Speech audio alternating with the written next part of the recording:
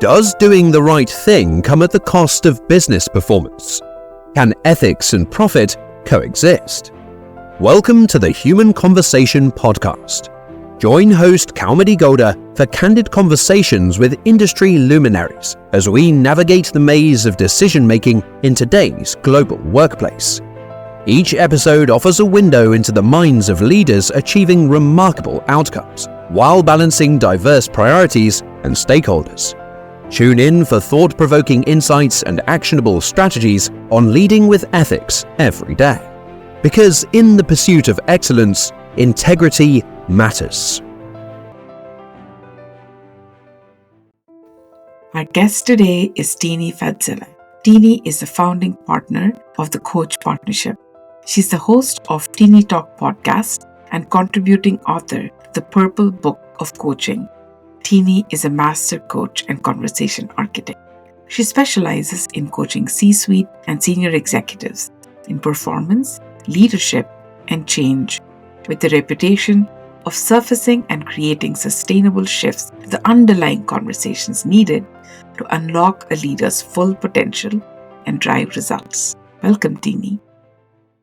Hi, Tini. Welcome. I'm so very excited to have this conversation with you. You're one of my most favorite people, top 5 list of inspiring people for me. And so I've waited a long time to make this happen. Thank you so much for joining me today.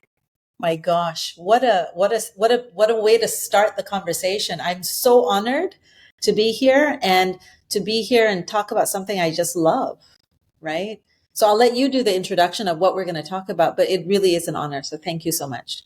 Thank you, Tini. You've had such an impactful career. First of all, you're a leader of one of the eminent coaching training companies, education companies out there.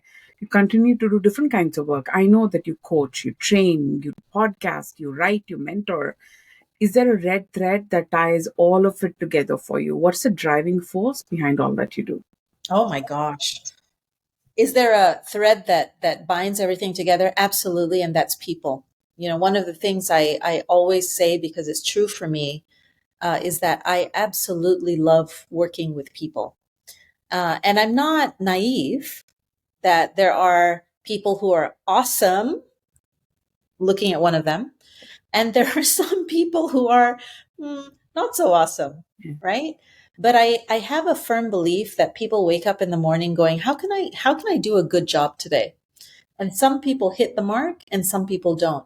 And I'm lucky enough to do the work that I do in coaching, training, that I get to work with people who go, you know what, it's been this many years and I have not necessarily in these words, I've not hit the mark. I'm not generating the future that's compelling for me. And I get to work with people who have the courage to go, you know what, let's try something different.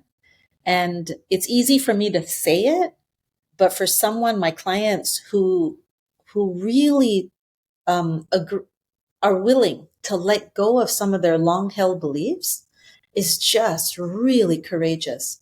And for them to be able to see the outcome of that is just, it's crazy that I get paid to do what I do. I love it. I love people. And that's the thread that runs through everything I do.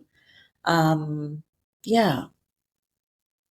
What started you off? What you're saying is very true of how I experienced you. You have a lovely, gentle way of making it safe for people to be exactly, authentically who they are. And you have this way of accepting them. And I can vouch for the fact that that's quite difficult. It's particularly, I think, remarkably difficult to keep that steady, accepting perspective at all times, regardless of whom you meet, no matter how tired you are, what point of day it is. I've always found you to be able to do that. And I've been curious about what was your journey that got you to this version of you where you said, I love people. This is what I want to do. And here's how I'm going to show up in the world. Yeah. I think I'm going to say the way I was raised was one of the reasons why I'm here. And it's really interesting because if I take a bird's eye view on my life or my family's life, my dad is a career diplomat. He's retired now. But if you can imagine, my whole life up to university, where I left home, was really about, and if you read the book, The Purple Book of Coaching, I talk about this, which is from day young, when I was really young, I just remember us always having these conversations around my dad's work, around some challenges he would have, and they're all linked to relating. His, of course, were linked to at the government level or different countries. And it's just really fascinating that it's people. And I was exposed to that a lot. And of course, our briefing as the family of was, when we go to meetings or engagements or parties, we're always engaged with other people. And so I got a chance to practice this a lot. And so, one of the things that I learned, which bridges into the work I do today, is that everyone wants to do a good job. I do believe that. And as I mentioned earlier on in this conversation, some people hit it, some people don't. And I don't think anyone wakes up in the morning and says, okay, today's the day I'm going to do a really bad job. Now, they might do it from a place of resignation. Like, it's been 2 years and I haven't been successful and I've given up. That might be true. And so my role, and a lot of coaches do this, is our job, if the client wants this, is to support them to create a different future. So to answer your question about where did this come from, I'm going to say it's from my parents, certainly from my dad's work. I still love seeing what's happening in the world platform, in the world stage. And just the relationship breakdowns that are happening, or the lack of capacity for this or that, or with some people who are doing it really well. You can see it on TV. It's interesting because I have an older sister and a younger brother, and all of us, interestingly, are in jobs that deal with other human beings and serving. So my sister is a professor in a university and she teaches anthropology. Interesting, right? And my brother is in the diplomatic corps as well, currently in the ASEAN domain. And so it's just really interesting how our historical narrative has influenced us, not just me, my sister, my brother. And I'm going to suggest for those of you listening to this podcast, what part of your historical resources or information has informed who you are today. Good news and bad news. But how very lovely that those early childhood experiences all three of you have had as children of diplomat, then fed into who you became as adults, the careers you've chosen. I'm fascinated by the Purple Book of Coaching. Tell me a little bit more about what that book means to you and what your objectives are in bringing that book to the world. The initial objective of the book started because, for those of you who don't know, we actually have a coaching school. And another branch of our business is working with organizations around leadership, but using similar frameworks and driving performance, right?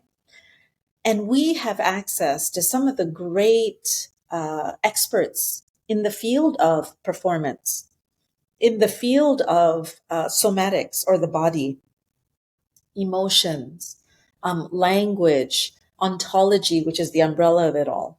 And we work with them day in, day out, day in, day out. And people who get to access them are the ones who register for a program or have contracted us to do a program in their organization.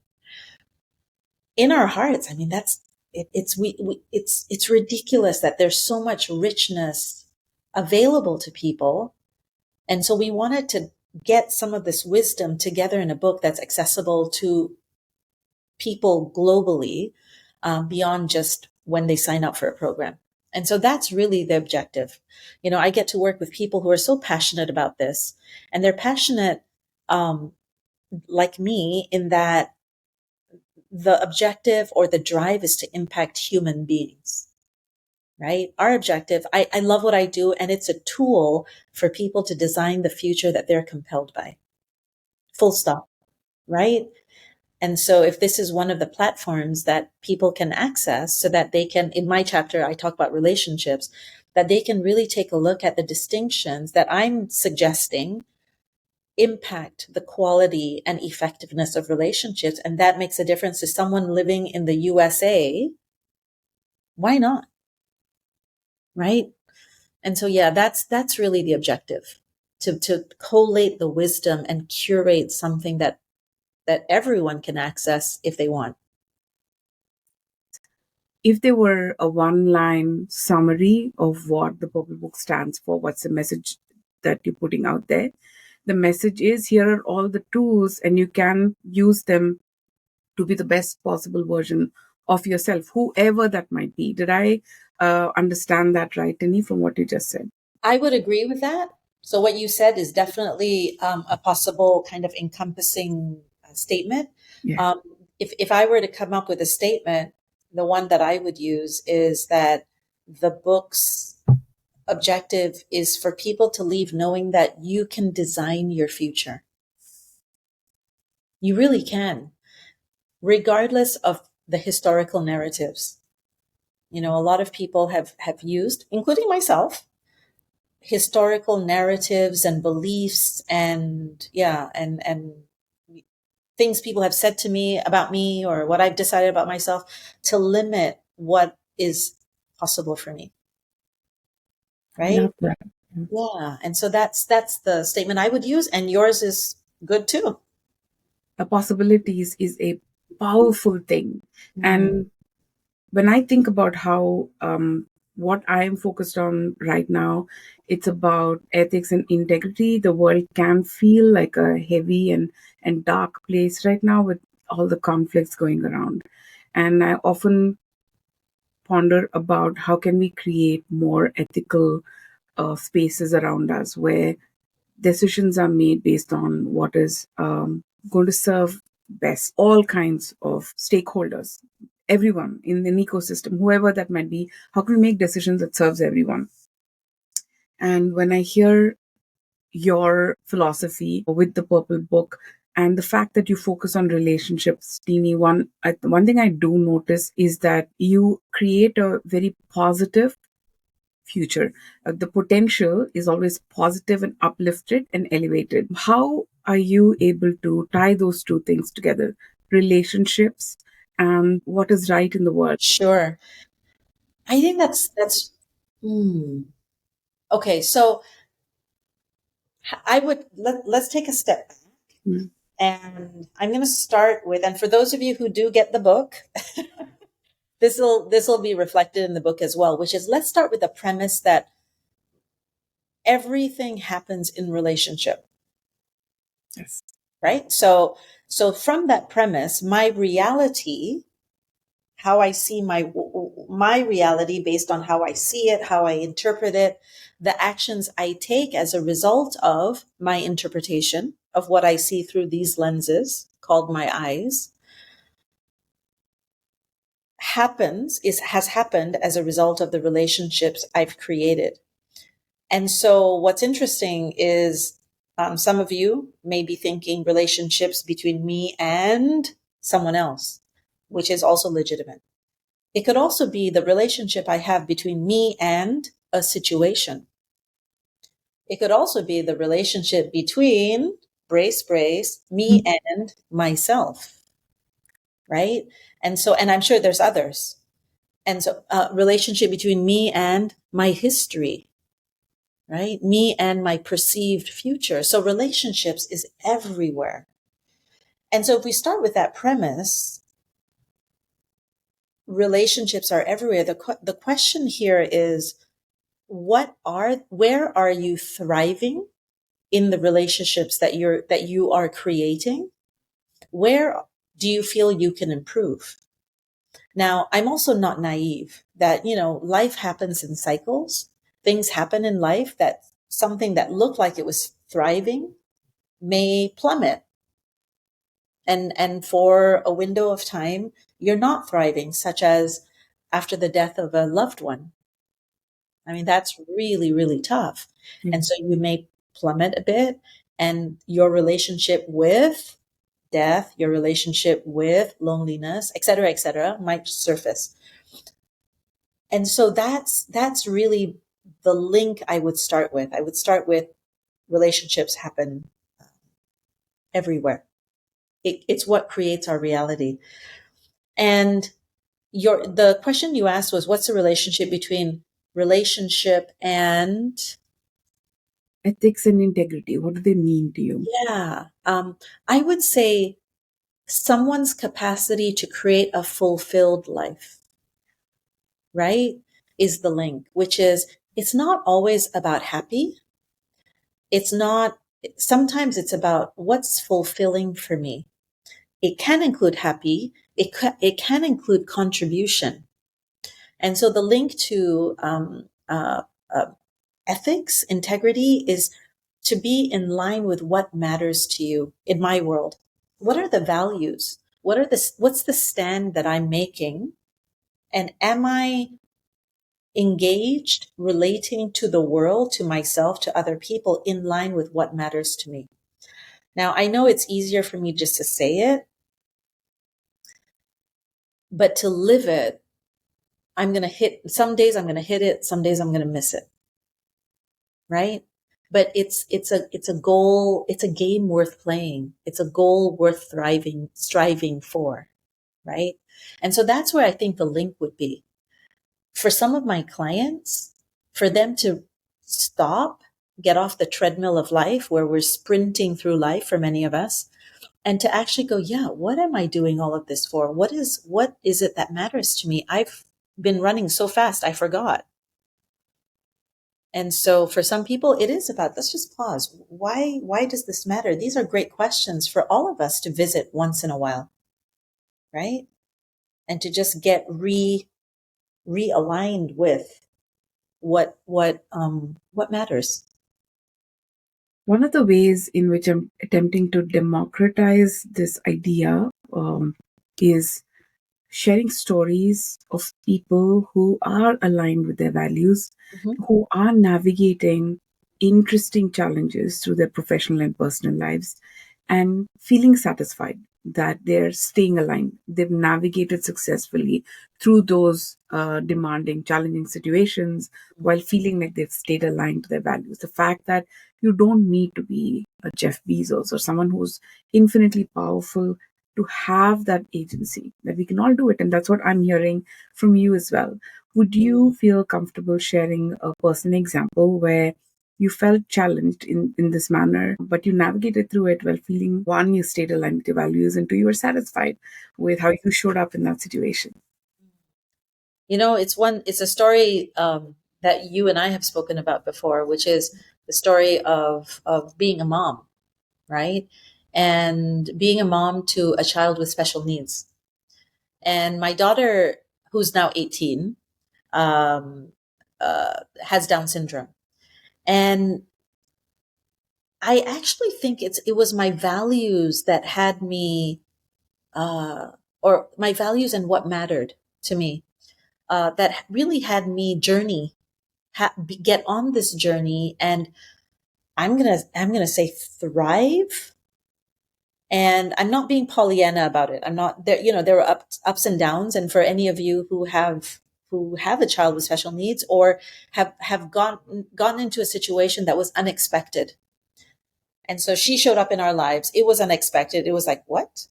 And so there's that transitional moment, and my capacity to have my values align myself to create the clarity and designing my future. And it's not, if you're hearing me, of course, I'm on the other side of the tunnel.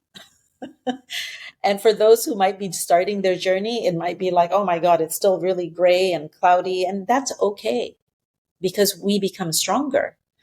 And I'm talking about having a child with special needs. It could be, if you're listening to this, it could be that there was a breakdown in the organization.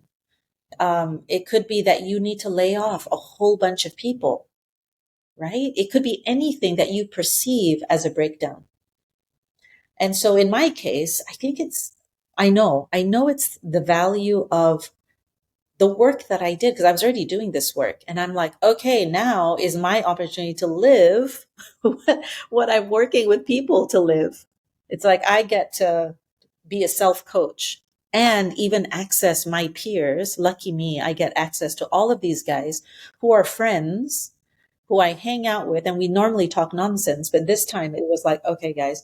And this was a real source of support to navigate, and that's another point about relationships, which is no one's expecting you to do this yourself. We're actually, my point of view is we're actually the worst when we're like, you handle it yourself. This is a solo sport. It isn't. It isn't in my world. And it was with the support of lots of people and the environment of people always asking the question of what is it that matters to you? And then getting aligned with that. And I think that's the link to, that's the personal story. And does it end? Is there a punctuation? No, we're still writing the chapters, right? As all of us, I'm sure you as well, and the listeners, we're all writing chapters. The book doesn't end until it ends, right? That's so powerful. What I observe in what you've shared so far, Tini, is the focus on yourself, in the sense that putting your lens outwards, that the world is a shitty place, or there's so many challenges, or people are letting you down. Those are circumstances in the environment that we cannot often control. And in navigating some of the greatest challenges, what I'm hearing from you is focusing inwards on understanding yourself, exploring what's possible within you is what is critical. Would you agree? This is what I'm hearing from you. Yeah, I actually love how you said it. I've never actually framed it that way. But the way you said it, and I'm just jotting this down for me so I can pretend I came up with it.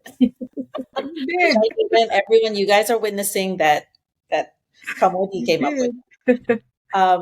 But what yes. So to answer your question, I love that. Yes, there's value in focusing inwards. And what I mean by that is the reflective nature of inwards. And what am I learning here? And then there's I feel like I'm better when I focus inwards and I grow and I learn by self-reflection. I actually become better when I focus out and come from a place of contribution, which is I'm here in this board meeting, for example. What's my contribution here? And my contribution could be tough love. My contribution could be honesty, which might be uncomfortable for some people. My contribution could be listening, whatever it is, but coming from a place of focusing out to be part of a solution, right? And what came to me when you said that I was jotting down is this idea of living with polarities, right? The power of polarities. And just a quick kind of background for those who are unfamiliar with this, it's actually necessary. So us breathing in, inhale, exhale. So you can't breathe by just exhaling all the time. It comes in a package, right? And I loved that's what triggered my thinking when you said inward reflection and then outward focus. And I think that's really perfect. And relating is like that too, right? This is all about relating, actually, where am I relating with self? What is my relationship with self? And what's my relationship outwards? It's a lovely polarity. Yeah, that's great. And yes, that's what I'm saying. I am sure that you're able to observe patterns because you've been coaching for so long now through your professional career. Perhaps there's a cyclical nature to the demands made of human beings attempting to lead. Perhaps there's some patterns you observe. Yeah. Are you observing any patterns of the age right now? Let me just start with general patterns first, right? And this has been consistent, and it's equally as consistent and present today as well. And it links with this whole premise of people relating with one another and this idea of ethics, maybe not so much ethics, but just being in alignment with my principles, right? And being in integrity with it. And that this is the example I'd offer is in organizations. and by the way, organizations refers to companies, but organizations, family is an organization, right? A group of people coming together, right? Family communities is an organization. So I presence that just so that if you're listening to this, that if you're not working in an organization, that you can start to reflect on what are the organizations that I'm engaged with and how is this relevant? And the one that is consistent is this idea of being honest. And what I mean by that is, for example, let's say I was going to say leader in an organization, but I don't have to be the leader. Let's say I'm an individual, I'm a staff, I have a role in this organization, right? And I see something that's not in alignment with fill in the blank. Could be not in alignment with the objective of this project we're working on, or it's out of integrity with the objective of this project, or it's out of alignment with my principles, et cetera, et cetera. Do I have the capacity to give this feedback? Right?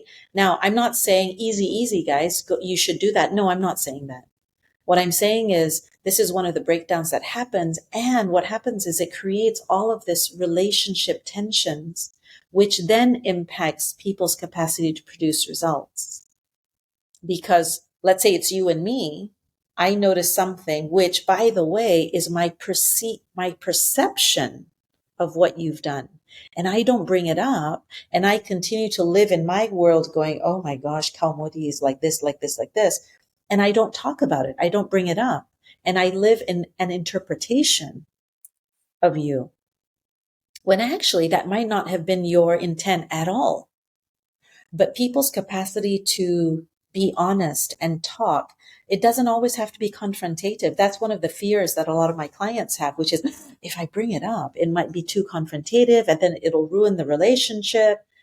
But what if it doesn't become confrontative, but rather it becomes a conversation for understanding, a conversation for contribution? Because it could be something that Kaumodi does all the time and doesn't realize that it has such an impact on people. Wouldn't that be valuable for her to go, I didn't realize this is the impact I have. And so that's where I notice is the trend that has been happening in terms of relating plus being in integrity. Like people forget that actually there is legitimacy in how you see things. All of you, how you see things, there is a lot of legitimacy in that.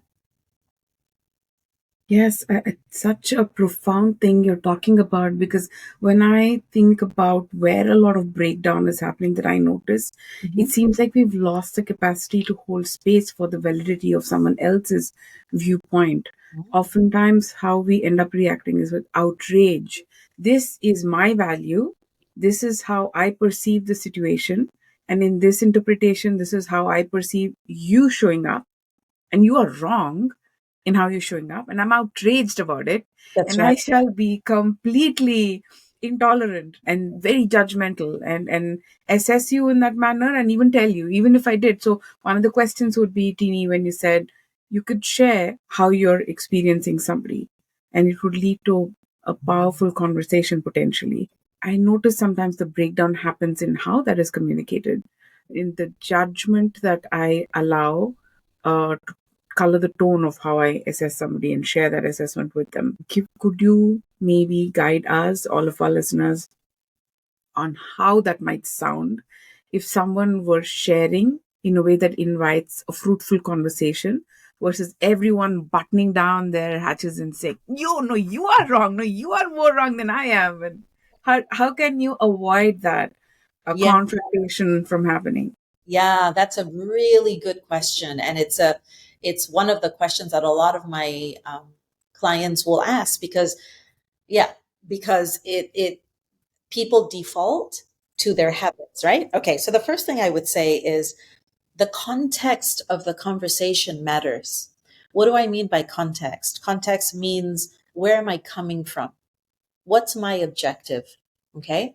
So if you're going to have a difficult conversation with someone, the first thing I think for you to get plugged into is to ask yourself, what's the outcome here? And what's my objective? Examples. Is my objective to be right? Is my objective to make you wrong? Now, I'm going to suggest that that objective, even though it's you getting clear about it, it's probably not going to work. Now, if your objective is to give feedback to support the other person to be better next time, if your context comes from a place of care, right?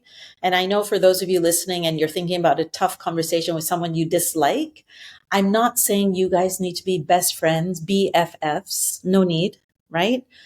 But it's coming from a place of being the catalyst for change. And it's care for, again, ... fill in the blank. It could be care for the person. It could be care for their stakeholders, like that person's team, because they suffer because this person is always yelling at them, for example, right?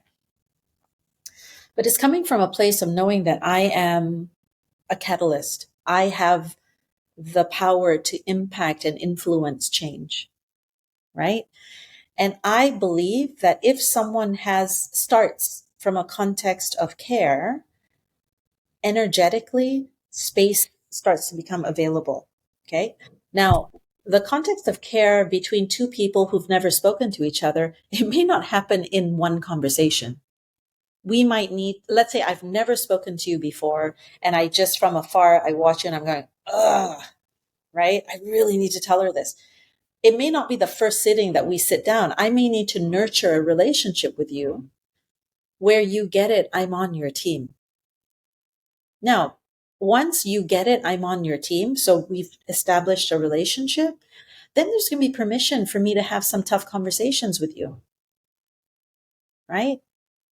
And that's really that's the premise I would start with, which is what's the context from which you're having this conversation? That's one part.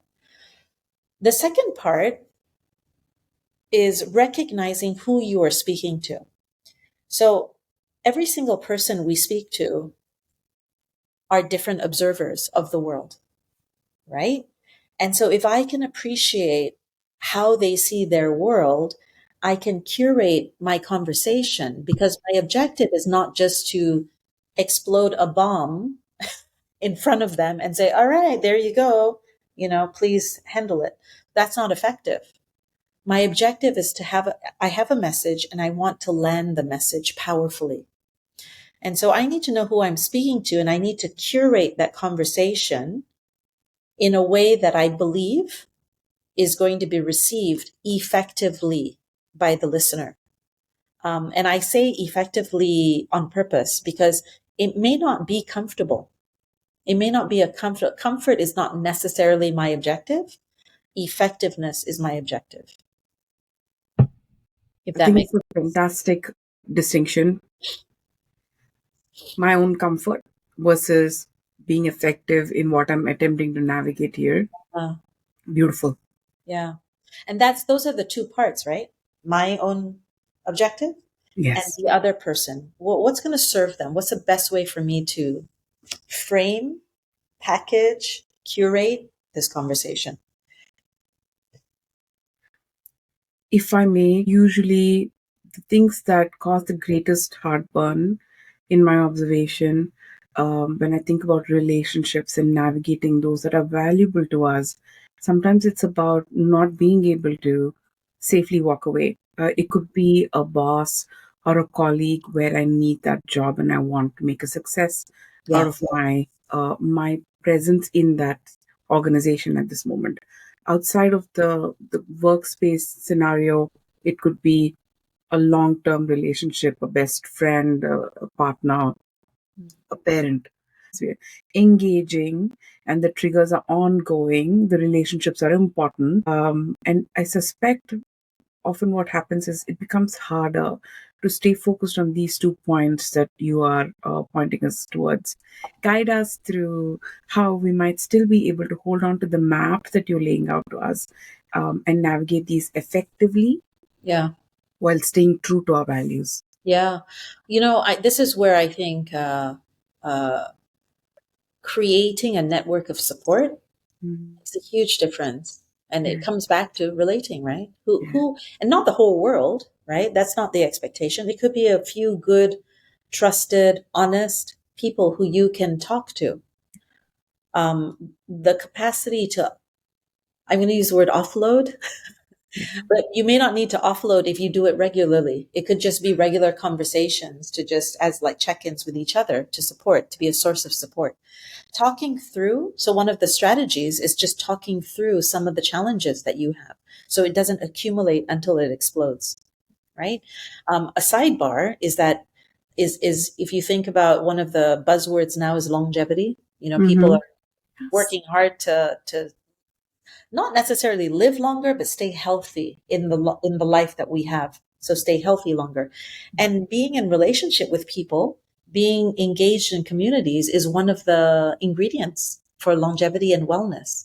Mental health, the capacity to offload and talk and seek support, right? So that would be one of the things I would say, just to talk it through.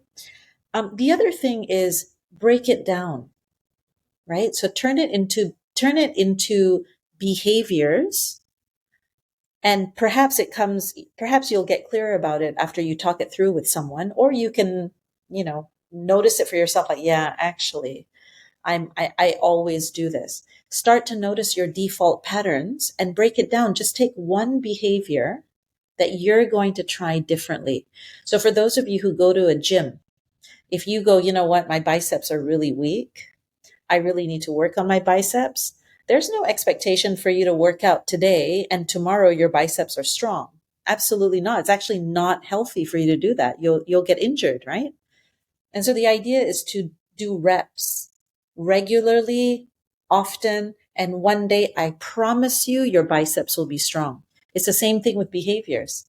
If I've been given feedback that I show up very arrogant, that's why people don't want to engage with me. For example, attrition rate has gone up. My team keep quitting. Rather than work on changing everything in one shot, just work on one thing that I'm going to do differently. And that one thing could be, before I jump into something, I'm going to count to 10, take a breath, create some silence, some space, and invite someone else to contribute to the conversation before I jump in and dominate. Right? So it could just break it down to micro habits or micro successes. And it does require patience. That's so powerful and spot on. I love the analogy to working out with behaviors as well. We can make that something we're getting better at every day. And picking one is a very doable thing, as is creating that community, not just because sometimes that can be a game changer in our ability to handle a stressful situation where we can't walk away. Plus, also, it actually is actively healthy for you in terms of managing stress and longevity of good health to have that successful community. Loneliness is an epidemic, as we well know. Yeah. Absolutely. One of the things just around breaking down the muscles, breaking it down and treating it like muscles this is where it all starts to interlink. Get feedback. Get feedback from, if you have the courage, from the people who have given a lot of feedback about you and said that, gosh, Tini is such a nightmare. It's really hard to work with her.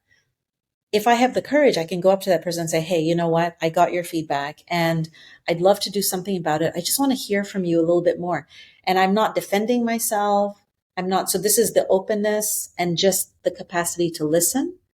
But if I don't go straight to the source of the feedback, I can identify people who I know will be honest. That's one of the practices actually in executive coaching for us in our organization, to actually build in what we call stakeholder interviews.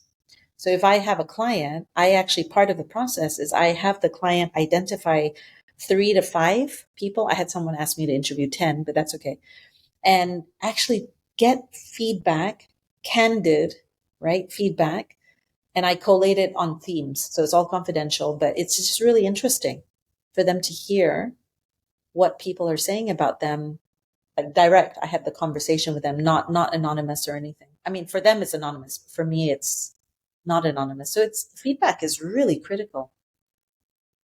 And keeping with the analogy of health and body, it's also such a powerful flex, a radically courageous thing to do. If we are having friction with somebody, it's a long-standing issue, to go up to them and say, I want to do something about this. Yeah. I want to understand what it is that's not working out between our relationship, and to tackle that head on and to be an adult about it. Right? I mean, that's quote unquote, it's a really powerful thing to be able to do. Not many people will start with that.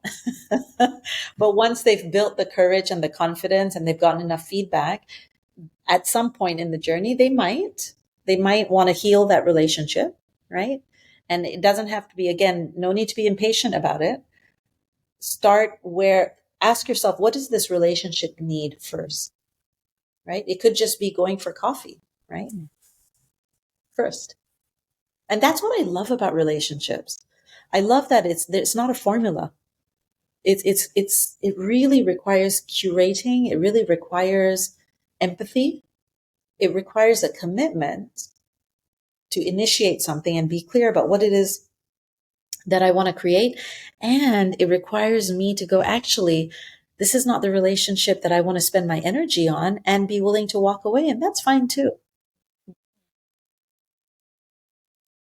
That's beautiful. I think that's the way you've outlined it, both in terms of focusing inwards, the inflection and the exhalation. I love that, the contraction of taking in a breath to introspect on how you're showing up, but also then taking that self-awareness outward to show up the full potential of what's possible in the situation. The second thing you said is about trying to really engage in a way that's curious and open while staying aligned with who you are, so that the other person then also feels that their perspective and how they're showing up is valid. That eases the potential for conflict in a relationship. Next, if there is indeed conflict that you cannot surmount, then having a supportive environment to offload some of that stress is great, not just for you to get back to a balanced perspective, but also because it's good for your long-term health to be able to do that. And be staying focused on some of these behaviors is very much like going to the gym, that you keep repeating, working on it and getting feedback. And that's how you stay good on your discipline. And lo and behold, surely it's going to change and you're going to get the results you want. Yeah. And finally, you're making it okay for people to walk away. With respect, let something go if it's not working out. Actually, every conversation with you feels like it's just bathed in a golden glow. I'm experiencing you to be ferociously intelligent and hardworking, but you pair that with just such a loving energy, that keen intelligence paired with a loving energy. Oh, wonderful. No, it's really nice. I just love talking about this. And I just want to leave the listeners with this, which is, we all have the autonomy. We all have the power to design the future that's compelling for each of us. And the analogy that I always use when I introduce myself in a corporate context, in a training or something, is the vision that I have, the work that I do is in line with the vision, which is, when all of us, or the lucky ones who reach 100 years old, or whatever that old age is, when we're on our rocking chairs, that we can look back on our lives and not say, I should have, I could have, I wish I did, but rather to sit on our rocking chairs and look back and go, now that was a freaking awesome life, right? Oh my And God. that's the objective. Can you imagine the possibility of that? It's beautiful. Why not? If people wanted to engage with you, if they want to hear more of you, if they want to know where to purchase the Purple Book of Coaching, invite you to their organizations, what's the best place to find you and find the book? The best place to find me is social media, obviously. So you can find me on LinkedIn. So just go to my name, Tini Fadzillah, Tini Fadzillah, Fadzillah. And I have a link for the purchase. We have a few books. The Purple Book of Coaching is just one of them. And all of our books are really designed for people to take a look at themselves and improve their capacity of ... right? One of it is Fit to Lead, which is fitness, the link of the body to presence, right? And that's written by our managing partner. He wrote it with his wife, and then he himself wrote a book solo, Start With Who. So they can go to our website, which is thecoachpartnership.com. And what I can do is I can email you the link, right? And you can post it wherever you feel is. Absolutely. Yeah. And of course, of course. And of course, you can go to my podcast. And the podcast is called Tini Talk, Tinitalk. And you can hear me talk forever because I love to talk. I love it. I love the podcast. I think you do such a fabulous job, and the conversations you have with various experts. It's not just the book, it's also your network of intellectuals and folks bringing tremendous wisdom and years of practice that they share all of their learning from. Fantastic conversations. I will share all these links. Folks, direct your questions to Tini, find her on LinkedIn, find her on our podcast. And thank you so very much, Tini, for this lovely conversation. Thank you for having me, honestly. As we wrap up today's discussion on the human conversation on leadership and ethics, it's clear that integrity and ethics are the cornerstone of leadership. Host Kaumadi Gowda thanks you for joining us in this vital dialogue. Before you go, hit that subscribe button and become a part of the community dedicated to ethical leadership. Share your thoughts and continue the conversation with #TheHumanConversationPodcast.